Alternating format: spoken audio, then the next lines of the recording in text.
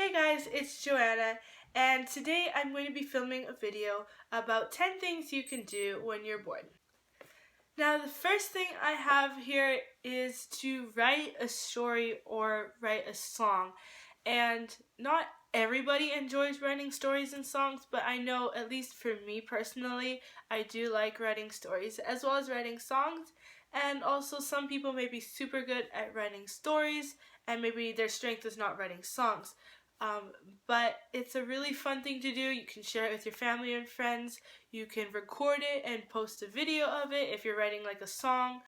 So there is this website called MuseScore. You may have heard of it before, and you can download a free app, and it's music writing software, and it's really easy to write music on, and it's really fun, and then you can play it back and listen to it. You can also find sheet music of other people that's written music, and then if you see at the top, it says download MuseScore. So you have to log in and whatever, but it's a really great resource for people that want to write music and write sheet music. The second thing I have here is to volunteer at a pet shelter or to play with your own pets if you have some. I have lots of rabbits, and definitely something I could do if I'm bored is play with them, give them toys and treats, and even with my dog as well and my cat. And that's a really fun thing. Also, if you don't have a pet at home, but maybe you like animals and you're not able to have one at home, going to a pet shelter, if you live nearby one, is a really good idea. They're always very busy, and they've always got a lot of animals, so I'm sure they'd be happy to have a volunteer. I know that sometimes you have to be like a certain age to volunteer, and often it's like 16 or older or something like that. And even if you can't volunteer there, maybe you've got a friend that has a pet that you can play with, or someone needs their dog walked, or something like that. It's a great thing to do, and sometimes you can even earn a little money. Come on. Come here.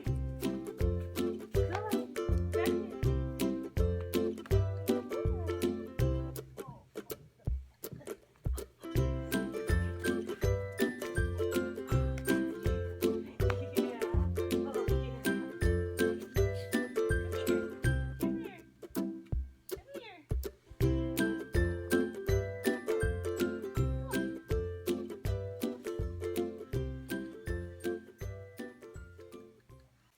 So the third thing I have is to learn an instrument. Now, I myself am a very musical person, and I really enjoy learning music and playing music. But even if you're not a musical person, playing an instrument is still a very practical thing to do, and it's something fun, and you can like see a result once you learn it. A good instrument that I think would be really fun to start with if you don't really know a lot about music is ukulele. It's a very easy instrument to play, and it's only got like 4 strings, and it's pretty small, and they're not super expensive. You can find some cheaper ones if you just want to start around and play around with it. And it's a really great instrument to learn on and play around with. So there's another website that I saw. It's called 8 Notes, and it's got tons of free sheet music for any instrument. You see, it's got music for ukulele and piano and guitar and a ton of different instruments. And I think there is some music you have to pay for, but there's a lot of free music, and even like stuff like ukulele trios and ukulele duets as well. Fourth point that I have is to go skating or to play in the snow. Now, if you live in a warmer climate, that might not be possible, but if you live in a colder climate where it gets cold in the winter like I do, skating is a really fun thing, and it's also kind of like exercise. Same with playing in the snow. You might not have snow, but you might have a skating rink nearby, like an indoor one, and that's always a fun thing to do. If you do hockey skating or figure skating, just playing around on the ice. Even if you don't skate super well, it's still a fun thing to do, especially if you can go with friends. I personally love skating, and I like skating both with figure skates and hockey skates, and it's definitely something I would do if I was bored. Number 5 is to reorganize your room. This is a great thing to do when you don't have a lot going on and you just want to make your room look a little different, feel new, maybe just clean it up a little, change a few things, move your bookcase to a different side of the room if you can. Even if you have a small room, there's often little things that you can do to make a big difference in your room. And I personally love just adding a few little touches here and there, and it makes it feel different. Maybe you can move something and it feels bigger, or you can add something, a little touch, and it's definitely a good thing to do when it's cold outside and there's nothing to do out there. Number 6 is to play a game. Now, that could be a board game or something like charades, or even like a game that you can play on just plain piece of paper. This usually you can't do alone, but often you can maybe play with a parent or play with some of your friends. Personally, I do like the game. If you watched my what I got for Christmas video, you would have seen the 2 board games I got there, and I definitely recommend those.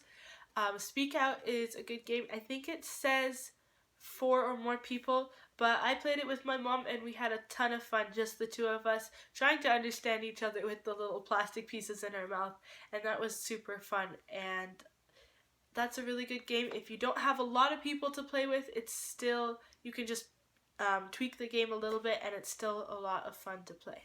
The 7th tip is to exercise. Now, that is, when I say exercise, I don't mean go and necessarily do this hardcore cardio workout. It can be as little as going for a walk. Even if it's cold, sometimes it's still nice to go for a walk. Or something like stretching.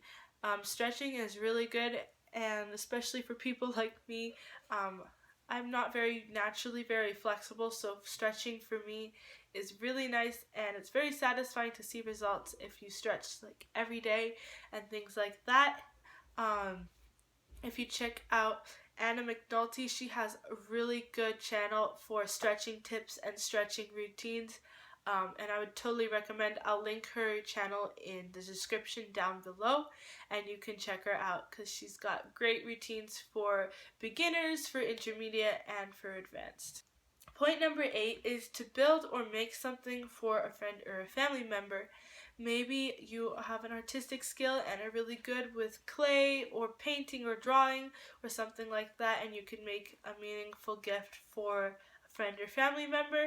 Maybe you're good with woodworking and you can build something with wood or out of some other material that you are comfortable working with, and that's a fun thing to do. Sometimes you might need to go outside to do that, but it's still a practical and a fun thing to do if you really enjoy working with your hands. Number 9 is to write or call a grandparent. Now, some of us may have the privilege of having our grandparents nearby, or maybe even living with us and seeing them often, but not all of us do. And our grandparents love us very much, and they often want to talk to us, but we're busy and we both lead separate lives.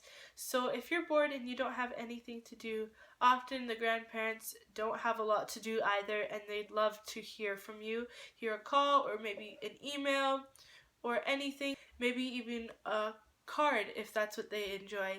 And if you can, maybe even visit them personally if they're nearby and just spend some time with them.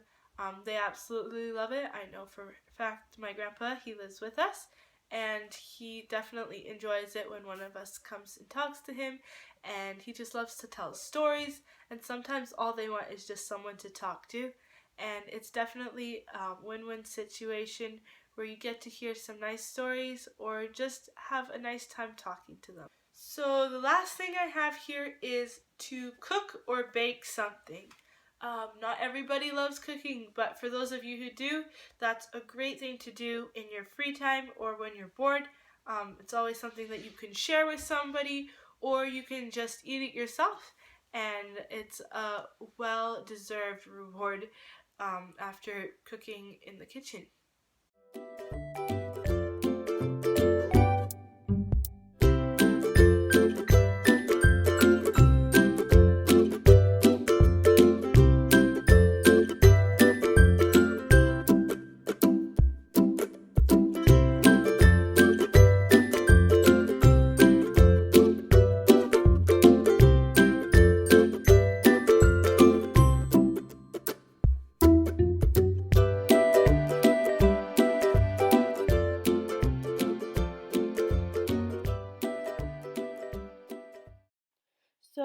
definitely heard about this website and this company before.